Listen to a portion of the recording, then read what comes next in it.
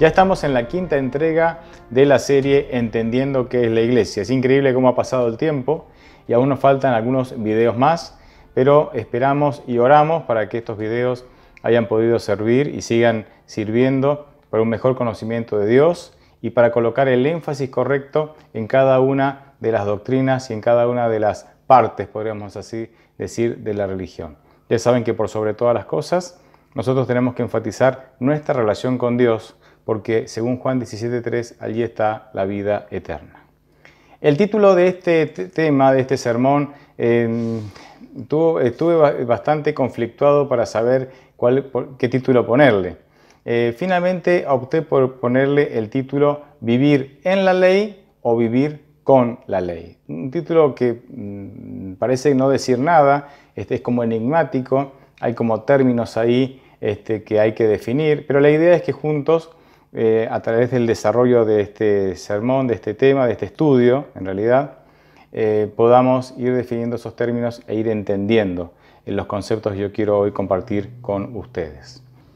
Voy a comenzar con la siguiente pregunta. ¿Cómo crear una religión o una iglesia? Una pregunta aparentemente extraña, pero van a ver que tiene su propósito ahora al comienzo del desarrollo del tema. Cuando una creencia toma cierta fama, cierto renombre, y esa creencia logra que un grupo de personas logra tener seguidores, ¿sí? Y esa creencia, por medio de sus seguidores, logra formar patrones de conducta. Estamos en presencia ya de un movimiento religioso. Podríamos decir claramente que estamos en presencia ya de un movimiento religioso. Estos movimientos religiosos pueden darse o pueden manifestarse de dos maneras. Una, generando una iglesia o un movimiento religioso totalmente diferente al movimiento religioso, a la iglesia donde pertenecían los seguidores. Voy a dar un ejemplo. En el caso de Lutero, cuando en el momento de la Reforma, se formó un nuevo movimiento religioso que fue bastante diferente al catolicismo, que era la religión de la cual salió Lutero y sus seguidores. Pero también puede darse el caso de que este movimiento religioso se forme dentro de ya una iglesia formada. Esto, por ejemplo, fue el caso, podemos citar como ejemplo, en los días de Cristo, dentro del judaísmo había 5 movimientos religiosos. Estaban los celotes, estaban los saduceos, estaban los fariseos, estaban los esenios y finalmente el pueblo. Esos 5 grupos se distinguían claramente uno del otro, pero todos pertenecían a la misma iglesia, al mismo movimiento religioso. Permítame dar así brevemente un ejemplo, y voy a citar el caso de Juan capítulo 5, del 1 al 18, que es el caso o el relato del paralítico, de la sanación del paralítico de Betesda. No lo vamos a leer, ustedes conocen, si no lo pueden leer después tranquilos en sus Biblias, pero ahí vemos cómo se había formado una tradición, ¿sí? La tradición decía que un ángel bajaba del cielo y que cuando bajaba movía las aguas del estanque y el primero que se lanzaba era sanado, ¿sí? Esa era la tradición, esa era la creencia. Bien, esa creencia generó un patrón de conducta, ¿sí? Ya estaban todos expectantes y todos tenían una actitud para poder entrar al agua cuando teóricamente el ángel descendía, según decía la tradición. Lo interesante es que las creencias que se formaron, esa tradición tan fuerte que existía, por la cual tantas personas estaban ahí intentando meterse al agua cuando el agua se movía, había generado un paquete de creencias o un concepto de Dios totalmente torcido.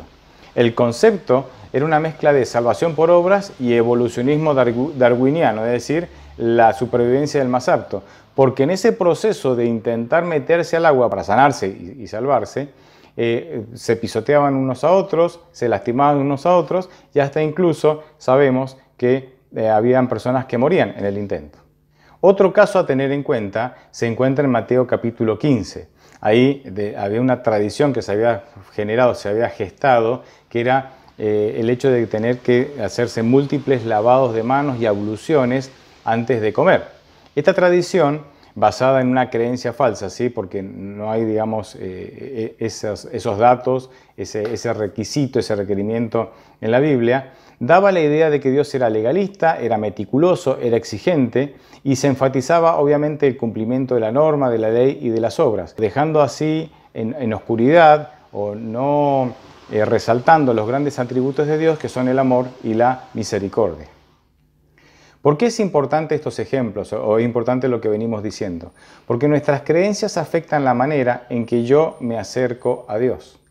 Y esto es el punto que quiero ir desarrollando.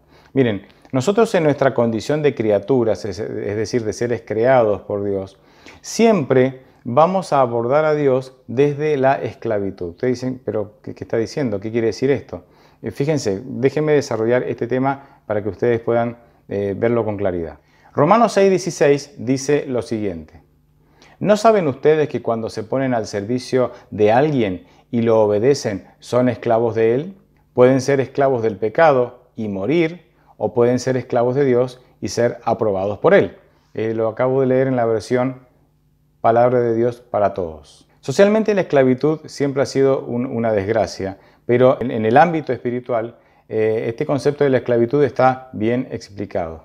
Básicamente el versículo que leímos nos dice que nosotros en nuestra condición de criaturas y criaturas pecaminosas especialmente, pero en nuestra condición de criaturas, vamos a vivir siempre esclavos de alguien. La tarea nuestra, o la sabiduría, la gran decisión de la vida es elegir de quién vamos a ser esclavos.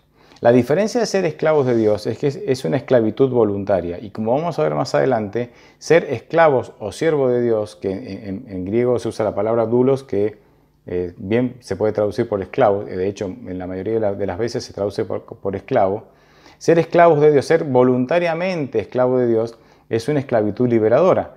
Muy diferente es elegir ser esclavo del pecado. Entonces, siempre vamos a abordar o vamos a acercarnos a Dios desde la esclavitud de nuestras creencias y nuestras conductas, porque nuestras creencias y nuestras conductas, especialmente nuestras creencias, delimitan la manera en que yo me voy a acercar a Dios. Por ejemplo, si nosotros nos acercamos a Dios sometiéndonos a Él, como dice que debemos hacerlo Santiago capítulo 4, versículo 7, esa esclavitud es liberadora, como lo dice Juan 8:32, al declarar: conoceréis la verdad y la verdad os hará libres. Pero si nos acercamos a Dios desde la esclavitud del pecado, vamos a tener la misma experiencia que tuvieron los fariseos, porque ellos se acercaron a Dios no sometiéndose a Él, sino desde el orgullo, ¿sí? Desde el concepto de salvación por obras, en el cual ellos creían que podían hacer algo para salvarse.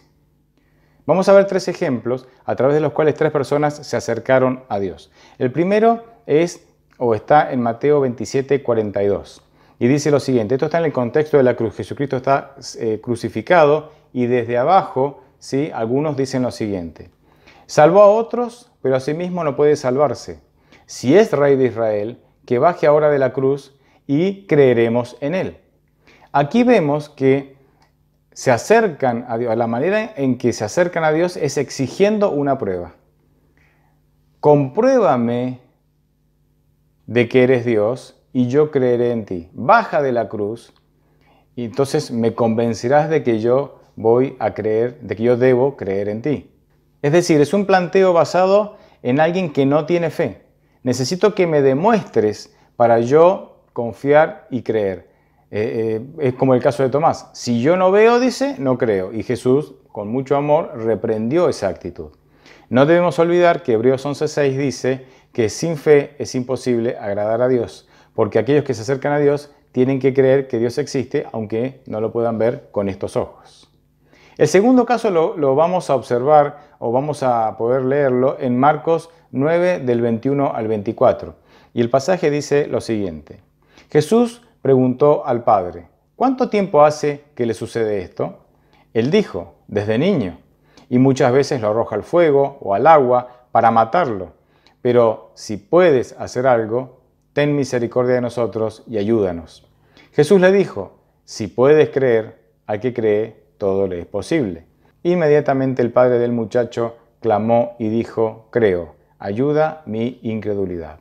Aquí el padre trajo al chico que estaba enfermo, que estaba endemoniado, lo trajo a Jesús por las dudas. Él tampoco tenía fe, pero él le había probado todo y dijo, bueno, está este Jesús que dice que tiene poder, que dice que es el Hijo de Dios, dicen que es el Mesías, profeta, no sé, lo voy a llevar por las dudas. Ya probé tantas cosas, lo voy a llevar por las dudas. Tampoco había fe. Entonces manifiesta en la frase que dice, si puedes hacer algo, y Jesucristo corrige con mucho amor su falta de fe diciendo, no es si yo puedo, es si tú crees. Si tú crees, yo lo haré. Poder puedo. Lo lindo es que el Padre reconoce, ¿sí?, su incredulidad y pide ayuda, ¿no? Dice, ayuda a mi incredulidad. El tercer caso lo vemos en Mateo 8, versículos 2 y 3. Es un leproso que se acerca a Jesús para pedirle que lo sane. Y el texto dice lo siguiente. En esto se le acercó un leproso y se postró ante él diciendo, Señor, si quieres, puedes limpiarme. Jesús extendió la mano y lo tocó diciendo, quiero, sé limpio. Y al instante su lepra desapareció. Aquí notamos que no hubo una exigencia. El leproso sabía ante quién estaba. Estaba ante alguien que podía sanarlo, claro que sí. Así que no exigió nada, no manifestó incredulidad, sencillamente clamó por misericordia porque él tenía una gran necesidad. En otras palabras, podríamos parafrasear. Señor, sé que puedes limpiarme. No sé si lo deseas, pero estoy aquí, postrado ante ti, con una gran necesidad. Si quieres, hazlo. Yo estoy dispuesto a recibir, tengo fe y estoy dispuesto a recibir tu sanación. Vemos que aquí no hubo una exigencia. Sencillamente hubo una entrega de fe y de confianza a la voluntad de Cristo y Cristo honró esa decisión. Se dan cuenta que depende del concepto que yo tenga de Dios, es la manera en que yo me voy a acercar. Si yo no tengo fe en Dios, y yo puedo decir creer en Dios y no tener fe, esto es bastante común hoy, ¿no? Si yo no tengo fe en Dios, me acercaría a Dios de una manera. Pero si yo tengo fe en Él, entonces mi abordaje hacia Dios, mi acercamiento hacia Dios será diferente. Hay un detalle interesante acá. Aquellos que no tienen fe en Dios, aunque dicen creer en Dios, invariablemente van a caer o están muy dispuestos a caer en lo que es salvación por obras. Claro, como no confían en Dios, aunque creen en la existencia de Dios, pero como no confían en Dios, y automáticamente ellos intentan hacer las cosas con sus propias fuerzas, salvarse por sus propias fuerzas y vivir la vida, ¿sí?, con todos los desafíos, transitar la vida con todos los desafíos, con sus propias fuerzas. Pero aquellos que tienen fe, y lo vemos en el caso del leproso, sencillamente dicen, yo no puedo. La vida es demasiado pesada, la vida es demasiado dura, los desafíos son demasiado grandes, no tengo la capacidad. Y se entregan a Dios pidiendo misericordia, pidiendo ayuda para que el Señor se haga cargo de sus vidas. Y obviamente Dios honra esa decisión. Comparto con ustedes una cita que a mí me gusta mucho. Se encuentra en Palabra de Vida del Gran Maestro, página 342, y dice lo siguiente. El mundo está envuelto por las tinieblas de la falsa concepción de Dios. Los hombres están perdiendo el conocimiento de su carácter, el cual ha sido mal entendido y mal interpretado. En este tiempo ha de proclamar su mensaje de Dios, un mensaje que ilumine con su influencia y salve con su poder. Su carácter ha de ser dado a conocer. Sobre las tinieblas del mundo ha de resplandecer la luz de su gloria, de su bondad, su misericordia y su verdad. ¿Cuál es la mejor manera de dar a conocer el carácter de Dios? Obviamente a través del testimonio, obviamente a través de la vivencia. Mateo 24:14 dice que será predicado este evangelio a todo el mundo para testimonio. Hechos 1:8 dice, me seréis testigos en Jerusalén, en Judea y en Samaria y hasta lo último de la tierra. Nosotros no fuimos llamados a comunicar a Dios o a presentar a Dios o a dar el conocimiento de Dios al mundo a través de mera información, sino a través del testimonio. Porque evangelismo no es tomar un estudio bíblico que contiene información de cómo es Dios, ¿sí?, información de lo que hace Dios por nosotros, y brindar o compartir esa información con otras personas. Eso lo puede hacer cualquiera. Evangelismo no es solamente compartir información. Evangelismo es contarle al otro, por medio de esa información que contiene el estudio bíblico, repito, evangelismo es contarle al otro, por medio de esa información, cómo Cristo ha cambiado mi vida, cómo Cristo le ha dado sentido a mi vida ¿Cómo transito yo todos los días? ¿Cómo supero o sobrellevo la problemática diaria, los desafíos que todos tenemos con Dios? Y eso no lo hace cualquiera. Cualquiera puede dar información sobre Dios, pero no cualquiera puede dar un testimonio de una experiencia de vida con Dios, porque nosotros no podemos dar lo que no tenemos. Hoy nosotros tenemos que evaluar si estamos dando testimonio de lo que hace Dios con nosotros por medio de la información que nos brinda el estudio bíblico, o si solamente estamos dando información. La información no cambia vidas. Es la presencia de Cristo en la persona lo que cambia la vida. Cuando yo tengo la presencia de Cristo en mí y experimento el cambio, yo entonces, al contar mi testimonio, contagio a otros, dejo, el Espíritu Santo toma mi testimonio y pongo en el otro el deseo de que para que él pueda vivir la misma experiencia que tengo yo. De ahí que yo necesito tener una experiencia con Dios, una relación fresca, diaria y basada en el amor con Dios, para de esa manera poder contarles a otros lo lindo, lo interesante, lo maravilloso que es tener a Dios, como nuestro Padre, como nuestro amigo, y a Jesús como nuestro hermano. Y no puedo dejar de citar a Gálatas o algunos pasajes del libro de Gálatas cuando estamos hablando de esta relación entre el conocimiento de Dios, nuestra relación con Dios y del Evangelio. Porque fíjense lo que menciona Gálatas 1, 6 y 7. Dice, me asombra que tan pronto se hayan alejado de ustedes del que los llamó por la gracia de Cristo para seguir un evangelio diferente. No que haya otro evangelio, sino que hay algunos que los perturban y quieren pervertir el evangelio de Cristo. Cuando leemos los pasajes que siguen, vamos a notar que los Gálatas lo que habían hecho era reemplazar el evangelio basado por la gracia que se obtiene por la fe, es decir, la salvación que es un regalo, ¿sí? Por eso se dice que es por gracia, y que se obtiene por medio de la fe, para volver a las antiguas costumbres o tradiciones de la salvación por medio de las obras. Pablo, en referencia a esto, va a decir en 1 Timoteo 1:8 que la ley es buena cuando se la usa legítimamente. En el video anterior vimos que la ley es totalmente necesaria, está totalmente vigente, pero hay que usarla para la función para la cual fue creada. Romanos 3:20, Romanos 7:7, por ejemplo, dicen que la ley fue creada para revelarnos qué es pecado, no para salvarnos. La ley no nos transforma, sencillamente nos indica qué es pecado para que de esa manera yo pueda saber tomar decisiones correctas y buscar a Cristo para que me ayude a ser libre de la tentación y del pecado. La pregunta que ha venido de alguna manera repitiéndose a lo largo de los videos de esta serie es: ¿cuál es el papel de la ley? Y hoy quiero ir más allá, quiero ser más atrevido con una pregunta que puede llegar a ser casi ofensiva, pero en realidad es un disparador y la vamos a responder. ¿Se puede vivir sin la ley? Obviamente muchos saltarán diciendo no, y yo mismo he dicho que la ley es importante. Pablo va a decir que es santa, justa y buena. O sea, casi que sabemos la respuesta, pero ¿por qué lanzo esta pregunta? Porque hay algunos detalles, y ahora sí vamos a volver al título del sermón, para explicar algunos conceptos muy finos, pero que marcan una diferencia. Yo creo que para contestar esta pregunta tenemos que saber la diferencia o reconocer la diferencia entre vivir con la ley y vivir en la ley.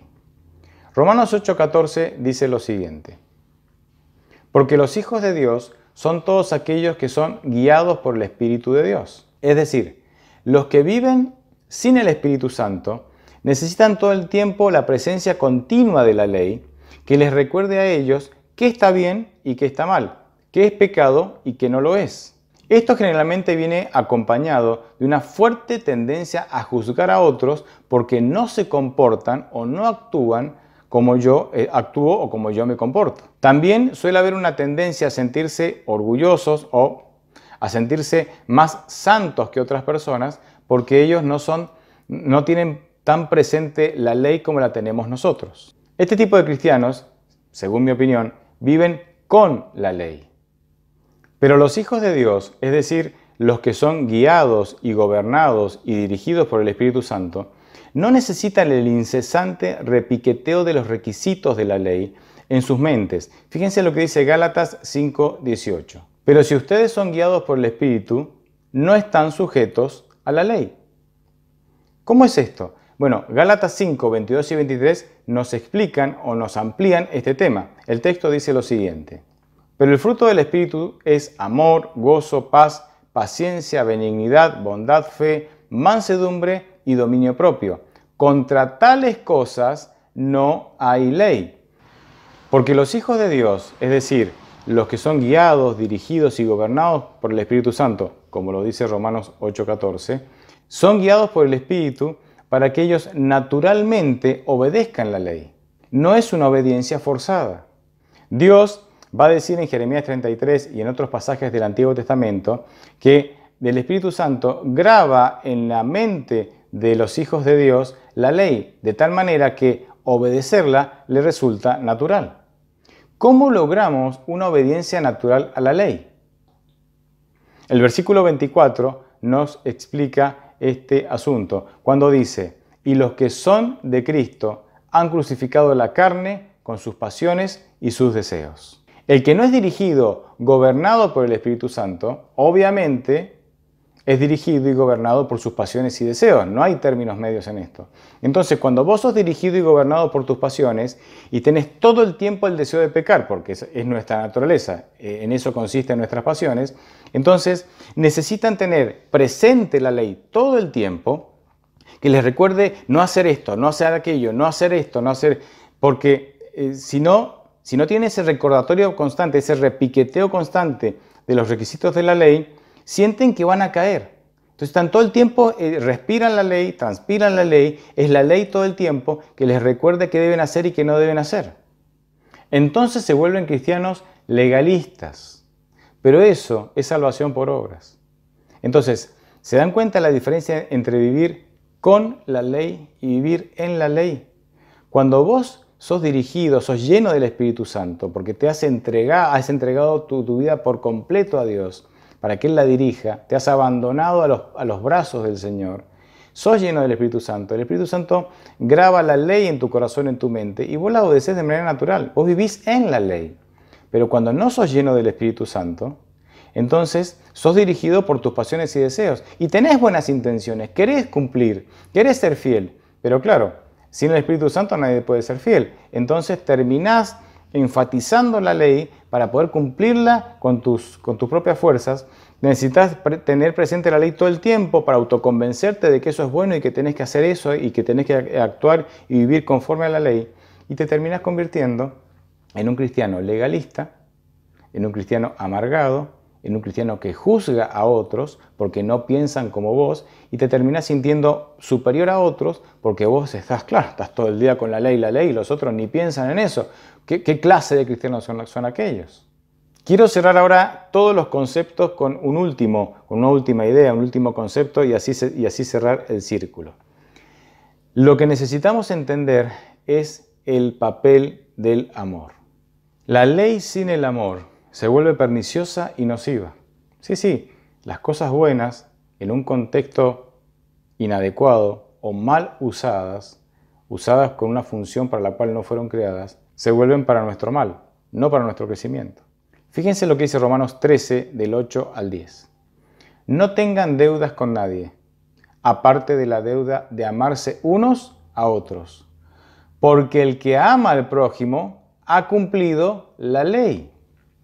Los 10 mandamientos: no adulterarás, no matarás, no hurtarás, no dirás falso testimonio, no codiciarás, y cualquier otro mandamiento se resume en esta sentencia: amarás a tu prójimo como a ti mismo. Versículo 10.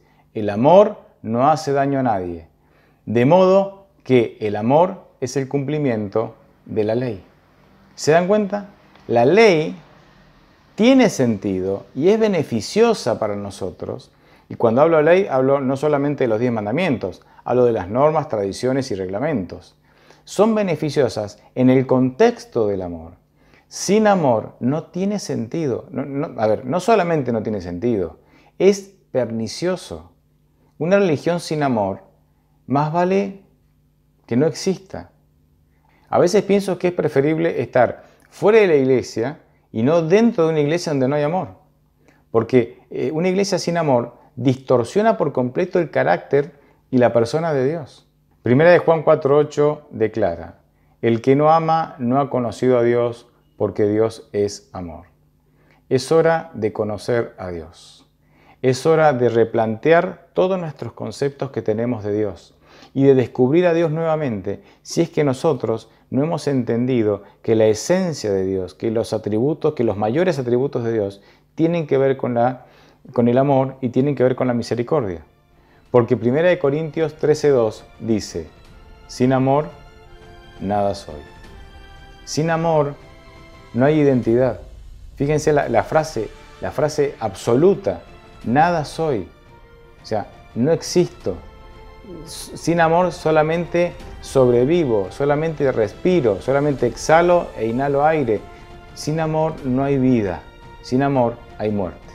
Ojalá nosotros podamos descubrir a ese Dios de amor y relacionarnos con Él a través de una relación de amor.